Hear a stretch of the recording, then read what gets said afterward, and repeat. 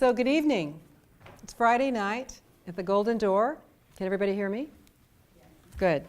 And I am so excited to be here with someone very special who I just got to meet today, who flew in here just to talk with us tonight, Alexis Abramson. Did I say that right? Correct. Perfect. She's a leading industry expert and trend spotter, and I love trends, on topics like the power of aging. She's an inspiring speaker, a blogger, corporate consultant, my gosh, all these things, how do you have any time? Successful author, award-winning entrepreneur, and a journalist. That's a lot of things, huh? But she's committed to baby boomers. I'm really anxious to hear about this. And mature adults, and has been featured many times in national publications featuring Time, Forbes, Wall Street Journal, and People. So tonight we're going to talk a little bit about what's going on in the trends of baby boomers and what we should know that she has been teaching to all over the world. All over the world. All over the world that we need to know. Spreading the message. At the end of the night, we hope she leaves us with a golden nugget how to do something a little bit better. So the title of your next book is The Power of Aging. So why did you write this book, and what do you think we can expect to learn from it? So I wrote The Power of Aging. I'm writing The Power of Aging, almost finished, because I believe that we look at aging, we're all in such denial, it seems like, or we've been over the last few decades, and we look at it as though it's something horrible, it's taboo, we don't want to do it. It's not something that's going to empower us or make us powerful. And so I wanted to sort of flip the switch a little bit on that and have a paradigm shift, if you will, and really help people understand what I understood at a very young age, which is that you should embrace your second 50 years. And you should try to figure out, I mean, the alternative we all know is not what we want, right? Death. So why don't we embrace it? Why don't we make it more powerful and be more a part of our second 50 years? Wow, that sounds pretty powerful. Let's take that a little bit deeper, though. These 4 keys to longevity. Yes. What are they? So when you look at aging and you try to figure out, what are some of the lifestyle changes that I can make? I believe that there are 4 keys to longevity. One is the biological, what can we do from a physical standpoint? One is psychological, what can we do from our mind? One is obviously socialization. What can we do from a community standpoint? And just as important as everything else is financial, because if you have all of these other things in your life, but you don't have the financial pillar to support it from a longevity key, then you're in trouble. Are they all equal? Yes, I mean, to an extent. How do you sort of remember that? Like it's 4 things, there's something sort of catchy, we can kind of wake up in the morning and go, okay, these are the 4 things I've got to remember to do today so I can keep myself young. Well, you can look at it, how is my mind? How is my body? How's my community? And then how's my pocketbook? That's a good way to think about it. So how's our mind doing today, girls? We're doing good, huh? I like that. You often said that your grandmother, Mimi Rose, who lived to be 92, was your hero, actually your shiro. Shiro, yep. But you made such a positive role in your life. That's a pretty powerful statement, so tell us a little bit about that. Yeah, she was a very special person, and she's really one of the main reasons why I got into the field of aging at a very young age. She was one of those people who, had all these trials and tribulations in her life, but decided she was going to wake up on the best side of the bed every morning, and always came out with much optimism and much thoughtfulness, and as a real role model. And so I hope to follow in her footsteps. She did some pretty amazing things throughout her life, and so I've always used her, and my other grandparents as well, as a real catalyst. You get to speak to all these people all over the world. What is it that you think that big audiences, small audiences, how do you impact them while you're speaking to them on such an important subject? Well, I think that everyone somewhere deep inside wants to learn how to be their very best in their second 50. I think it's one of those very enigmatic and problematic challenges that we have. Here I am, I'm a young adult and I'm loving my life and everything's great. Oops, and all of a sudden I'm going to retire. Oops, and all of a sudden I'm 50 or 60 or 70 and I just don't know what to do. And so my ability to give people a message that will help them create a path and create, I like to call it being the CEO of your second 50. Being able to figure out what's my plan, what do I want to do, what do I want for me, not just what do I want for my family, or what do I want for my significant other, or what do I want for my community, what do I want for me, how do I want to age and be the best I can be when I'm older. Do you think there's some generational difference between the various generations, whether it be war baby to baby boomer to Gen X, millennial? Do you see a different approach? Very much so. I think, in particular, that this generation right now, what's happening right now, the difference between, the silent generation, the greatest generation, the baby boomers, because now women, in particular, are much more powerful in their families, much more powerful in their own decision making. Women are retiring with an understanding of financials, understanding of their place, their station. As opposed to maybe our parents or our grandparents, we're starting to be the role models for the millennials in terms of what you can do to have that successful 50 years. Do you think we've made a good role model? Because the baby boomers, specifically the baby boomers, are they were sort of, I would say workhorses in a nice way, but that was, you worked. Yep. You worked more than 40 hours a week. If you didn't have vacation, you didn't have vacation. So how does the millennials and the new generations come up with us so powerful of what we accomplished? No. Give them a different perspective. Are they just getting it automatically? I think it's a great question. I think actually we have very little balance. We still have very little balance. Right. I agree with that. I think that's true. And so I think we can work a lot harder. If we want to be role models for millennials, we can work a lot harder in trying to figure out how to have that balance. Because that's one of the things, in the four keys to longevity, that's one of the things is what do we do from a stress standpoint? And, and being mindful but not having our mind full. And all of these things certainly do rub off on people so that maybe, are around us. do you think maybe they're teaching us? Because they no, it's like 40 hours, I'm out of here. Yeah, I don't agree with that either. So tell me, so how do we change them? I think that, I don't agree with the 40-hour, but then I don't agree with the 80-hour a week. I think that there's somewhere in the middle, but it's also about passion. I don't think it really matters in terms of the quantity of hours, it's the quality of hours. It's whether, and that's what I love about what I do. I really feel like I have such passion for what I do that makes an impact on the audience. And frankly, turning your passion into profit is a wonderful place to be because Completely agree. It's I love great. what I'm doing. Yeah. So this is interesting, do people live longer in certain places versus other places? They do. There's a couple of places where people live very, very long, one of which is a place called Ikaria. Have you ever heard of it? No. Okay, so that's in the Aegean Sea. It's between Greece and Turkey, and it's a pretty amazing place. And there's only 10,000 people. Between Greece and Turkey, huh? It's right in the Aegean Sea. It's a Greek island, but Okay. and it's a really amazing place because they do things that are so very different there. And some of the things that they do, maybe we can adopt in the American lifestyle. For instance, no one wakes up before 11. Love that. There's a physician there on the island, and he says he never opens his office until noon because no one ever wakes up. That's a good one too. They also, the way they eat is very interesting. It's somewhat of a Mediterranean diet. They eat 3 fish, salmon, some type of fish 3 times a week, but they only eat red meat 5 times a month. They eat lots of organic, honeys, things like that. But one of the biggest things that they do is socialization.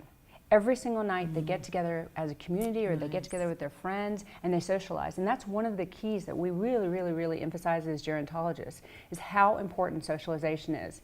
A lot of times, especially when I started learning about the field of gerontology 25-something years ago, it was all about sort of disengaging and isolating yourself as you get older and sort of retiring, and then you get your watch on Monday and then it's done. That's exactly right. Right? And you're only it was a reward to stay at the place the longest. That's right. That's right. Exactly. But now it's all about Right. socialization Right. and all about sort of being with other people so that you can grow from that, especially creatively. Do you find that we get enough sleep? No. I How find do we we definitely fix don't. that? Well, I think there's some interesting ideas Right? around How do we sleep. fix that? One of the ideas around sleep is that, do you know what hours you're in the most REM state? I have Rapid eye no movement? idea. The hours of 10 to 12. And so what's interesting, physically 10 to 12. yeah, physically 10 to 12. What's interesting about that is that about 9 o'clock is when your melatonin begins to release. And if you can take things down a notch and begin to sort of, take your iPads down, take your children shouting down, take the lights down a little bit, then you're allowing your natural melatonin to release. And if you can possibly get to sleep by 10 o'clock, then those really solid 10 to 12, and then you can continue sleeping, but you've at least gotten those solid hours in. A lot of people say that you need less sleep the older you get, but it's not true. And about 7 hours is what you need. And I'll tell you something really fascinating, and they do this in Ikaria as well, is napping. The statistics say that if you That'd be nap, nice. then you have a 37% less chance of getting some kind of health disease. Really? Yeah, heart disease, excuse me, yeah. So it's And pretty phenomenal. An hour nap is enough? 20 minutes. 20 minutes is all it takes? Yep, 20 minutes. We're all up for naps and Yep. sleeping till 11. What do you think? I'm going to ask a question that I've never heard of this before, and you know the question. What are telomeres, if I'm saying that correctly, and why are they important in the terms of longevity? Telomeres is a word I've never heard of until I met Alexis. Yeah, telomeres are extremely important. I'm going to get a little scientific here for a minute. Okay. But telomeres are what's inside of us. And what it is each of us, if you don't have a mutation, you've got 23 pairs of chromosomes, right? And in the chromosome, there's DNA and genes and all that good stuff. At the end of each of your chromosomes, there's something called an end cap. And that's telomeres is end cap in Greek. And what this end cap does is it protects everything that's in your chromosomes, which is critical. Because the shorter that telomere is, then the more you're going to have disease states, the more you're going to have cancers, the more senescence and old age sets in. And what's phenomenal about it is they've just found through research that you can actually extend and lengthen your telomeres. You can change your lifestyles, and that goes back to our 4 keys of longevity. If we can really begin at any age to change our lifestyles, to if we smoke, to stop smoking, if you're eating incorrectly, if you're drinking too much, if you don't exercise enough, and I'm talking minimal, so like for instance, with exercise. If you can exercise 120 minutes a week at minimum, then your telomeres are going to be affected in a very positive way. So every time you say 120 minutes. Really? Yep. And as researchers, we'll look at, for instance, a brain scan, and you'll see the waves, the dopamine and the serotonin, and all the release in your brain. You can see the difference if you go out and take a walk. I mean, it's pretty phenomenal, and it's amazing that we can be in that control. That's one of the things I think we forget, is that you have your genetics, right? They're saying now it's just 25 to 30%, but you are in control of 70% of what's happening to you. That's impressive. And we can make those changes at any time. Well, our guests here come to the Golden Door a lot to help make those changes too. Which is all good. I want to change the subject from a little bit and talk about happiness. We're all always talking about this undefined and word of searching of happiness. Yes. So how does that fit into this? Well, I like to say well-being. I think happiness and well-being are somewhat similar in the way that we look at them. But a lot of research tells us that the older you become, the happier you become. There's something that they call the U-bend of happiness. Have you heard of this? Yes. Right. So in it's your book? Yeah, very good. And so what the U-bend of happiness does is that, when we're in our 18 years old, when we're in our 20s, and maybe a little bit into our 30s, we're happy-go-lucky, we're having a good time, we don't have lots of bills yet, we don't have spouse or spouses yet, perhaps, children. But then what happens is it starts to go down, right? It starts to go down, and then you get into your 40s and get 45, things start happening, maybe you have some health issues, maybe you have, some job issues, whatever the case may be. Then there's this sweet spot right here where it just flips, and it's that point when the man's having the midlife crisis and maybe the female's having the empty nest syndrome, and right after that moment it starts going right back up. And so you have this little crisis spot, right? You have this meeting of your own mind, and you're struggling, and you don't know what to do. Menopause. I mean, that's kind of like right after menopause. Right. That's a great spot. And then you start going back up, and you talk to 70-year-olds and 80-year-olds and 90-year-olds, and I've had the opportunity to talk to many of your guests who are in that age range. They are just optimistic and happy and settled in their own skin. And so, we find all kinds of data that really represents that and supports that. Do you find that there's the opposite side of that pendulum, of course? Mm-hmm. And what happens if you have emotional baggage? What does that do to happiness and health and wellness? How do you get, obviously the easy question is how do you get rid of it if there's a way, and we know that's not as easy said and done. But what is that really doing to you? It's bringing you down. I mean, it's obviously creating havoc not only for you. And I'm going to ask a secondary question while you answer, if you don't mind. And does emotional baggage affect us differently at different times in our life? Does it weigh on our health when we're older less, or is it pretty much the same problem all throughout your life? Do you know what I'm saying? Yes. So we each, we're not a big homogenous group, right? So we each have different levels and variations of emotional baggage. But what's interesting is if you really, really consult yourself, it comes back to guilt. And so, as I've spoken to on so many occasions and surveyed so many mature adults that seem to have, 50-year-olds even, that seem to have a lot of emotional baggage, it always leads back to this feeling that you're letting someone else down, this feeling that you're letting yourself down, and this inability to basically figure out how to prop yourself and your community up in a positive way. And so if we can begin to work on it early, that's one of the things that I'm trying to do as a 48-year-old, is get people that are my age to begin to think about these things so that we don't carry it through our second 50 years and carry all this emotional baggage through. You know, and everyone deals with it differently. I think one of the challenges that people are having when we talk about emotional baggage and finances is, you know, we don't have that, we're starting not to have that time to ourselves anymore. Lots of people are thinking that their kids are going to leave, and they're actually boomerang kids and coming right back. We're thinking that we're going to have our second 50 years, you know, to have some freedom, and now we're having aging parents who are living, you know, 70, 80, 90, 100 years old, and we become caregivers when we're in our 60s and we're in our 70s. So it's also, you know, trying to figure out how you're going to not muddy the waters. Right. And there's no easy solution to No. that. You got to just get through it. You've got to get through it. And I'm certainly not in a position to tell you, Right, nor of are you course, to tell of me. course. So it's really your own individual plan. Right. Well, there's another side too. The newest diagnosis in the medical world is called the sitting disease. I Yeah. love this. What is it and how do we avoid it? The sitting disease. The sitting disease. Have you ever heard of that? No, me neither. So if you sit in front of a TV for 1 hour, it takes 27 minutes out the back of your life. And so for 1 hour, think about how many hours you sit in front of the TV or how many hours you sit in front of a computer. And they're actually calling it the sitting disease. And as a matter of fact, for 65-year-olds, how many hours do you think a 65-year-old sits? I can't imagine. 9 hours a day. In front of a 65 plus, television? Either in front of a television or sit stationary for an average of 9 hours. And what happens there is that you're just, you've got to keep moving. So that's the kind of the whole thing with the treadmill, computers, the treadmill at work, that, you know, whole concept, and really just continuing to walk around, because the sitting disease, it's a couch potato disease. People are actually being diagnosed with it, and they're seeing lots of hypertension, cardiovascular problems, depression. Of course. Yeah, so. Interesting. Do not sit for 9 hours in a row, for sure. Does this affect, there are so many personality types. Does personality types change longevity? Yes, personality is very correlated with longevity. There's a personality type, it's called the Conscientious Personality, and it's pretty interesting. Conscientious Personality is the person who has a very high moral compass. It's the person who is actually a pat rag, but organized. They're very detail-oriented. They're very thoughtful in their approach. They're very hard workers. Not A personalities, but very conscientious about their moves and what they do and how they converse. And it's actually very, very well researched as well. The longevity for a conscientious personality is almost 5 to 10 years longer. Wow. Yeah. That is so And you can interesting. change that at any time. That's what I was Is that talking right? about And before. how would a person change? Well, if you're a hoarder, Yeah. get organized. Right, you're If right. you're Clean your not, house you know, out, if you don't get cross the free. T's and dot the I's, then you're not Right. detail oriented. Right, But you can do these things. These are things that we can teach ourselves how to do. You know, we just have to clear the clutter.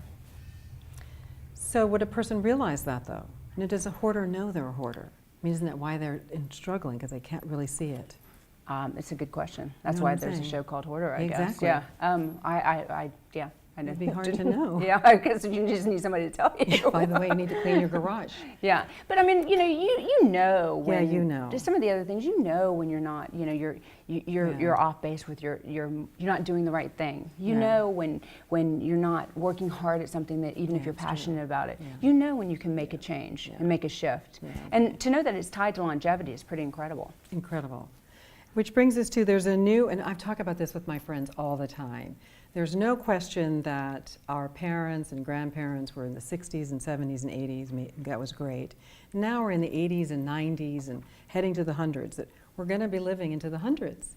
So there's the new Live to 100 movement on the rise. And what do you think about striving to be a centenarian? And are most people excited about living that long? I mean, I think it's amazing. You do. I do. I think, you know, if you're in your 50s and 60s, you've got 50 to 40 more years to go. That's like a whole other life. So most people don't agree with you. Is that right? Yes. I think it's like, I mean, if you could be anything, you've got to back half to do it. Yeah, I agree with you. I mean, that's a long time. But the problem is that most people are very concerned. The number one concern that people have about living to 100 is that they're not going to have their mental acuity there. And it's interesting to me because financial is bumped way down, you know, any other health issues, and loss is bumped down, which is amazing to me as well because, you know, when those people who do live to 100, they say a lot of times, you know, I think the hardest part is I'm just existing, I'm not living. you know, and it's because they have so much loss in their lives. But mental acuity is the thing, and people get very, very concerned about that. Yeah, they got to keep moving. You've got to keep moving, but you've also got to do, you know, a lot of things that are going to help you with clarity. Right. And I think somewhere like the Golden Door, and for instance, to be able to have that, I walk through the doors today. I told you this. I almost started crying when I walked through the doors and into the space. And then I learned about how, you know, going around the corner because you don't want to go straight. I mean, just all the, I'm getting the chills. I mean, all the things that even have just happened Wait to till you me. have to leave and cross back. I know, I want to cross back over. But, you know, that kind of thing where you give yourself the time to be able to figure out, too. And again, it's, you know, it's about at any point in your life you can take control back. Yeah. And taking your mental control back is critical. Well, let's talk a little bit, you know, when you get to that point in your life where the divorce is so high, that's a pretty, you know, moving divorce, that's pretty, women living longer than men. How do we live alone without being lonely? I mean, I think that's a big question today. I mean, what do you do after you've worked your whole life as the wife and you've raised you've now the children are gone and you're now divorced in this incredible, what should be this wonderful back half of your life? How do you not get lonely? Yeah, what's the gray divorce? Yeah, I was going to say there's a whole phenomenon called the gray divorce, and it's really around women who are in these situations where, you know, frankly, they got bored. You know, they had their own lives, and they were able to really move forward and do some things that were interesting and really figure out who they were. At which point, in the 50s, they began to get very, very bored, and the number of divorces went up exponentially, because of baby boomer women who have gone to work and who have done other activities that they were passionate about and realized that they just needed to move on. And with that, you know, you talk about being lonely. It is all about having some kind of hobby, some kind of play. I think one of the things that we've forgotten all about is play. And this, yes. and we have. That's a good one. You know, I agree. Laughing and play. Yeah. Laughing as well. Laughing, play, Right. and it goes also back to socializing and creating a community. I think it's interesting because I talk to a lot of people who have friends, and they say that their community perhaps is people that they knew when they were in high school, or people that they knew 20 years ago. But we change so dynamically as we age. One thing that I like to always say to people is really, you know, look at your friends, look at your community. We call it fictive kin. Have you heard that term? So fictive kin is when, you know, you may not really be crazy about your sister or your brother or someone you're related to by blood, but you may have some serious bonds and relationships with people, you know, who are fictive kin. And a lot of people see that through religiosity and spirituality. They'll, you know, really bond with someone over some sort of meaning.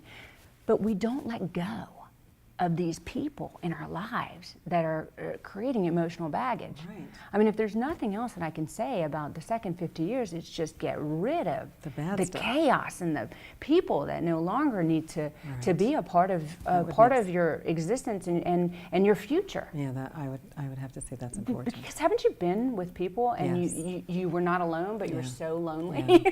Yes. I mean, it's like, this isn't fun. No, and I think that that's an interesting way to do that. The back half should be something that you are in control of, that you Absolutely. actually have a point of view about. Do you know what I'm saying? Right. Which takes us to the other half. You know, we were talking a little bit earlier, hugging and smiling. Now you're divorced, whatever. How are they getting the hugging and the smiling? I'm a hugger. I'm a big hugger. Too, me too. And my people know I'm always hugging. I'm a big But hugger. I mean, it's a different question. Is hugging and smiling related to longevity? Very much related to And longevity. how do we get it? Do we all just we need to all start hugging each other?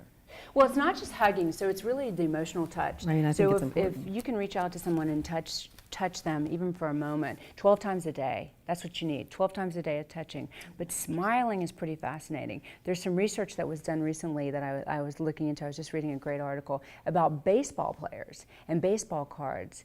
And if you look at baseball cards and if you see the baseball players that are smiling the biggest, those that smile the biggest had an average lifespan of 79 years.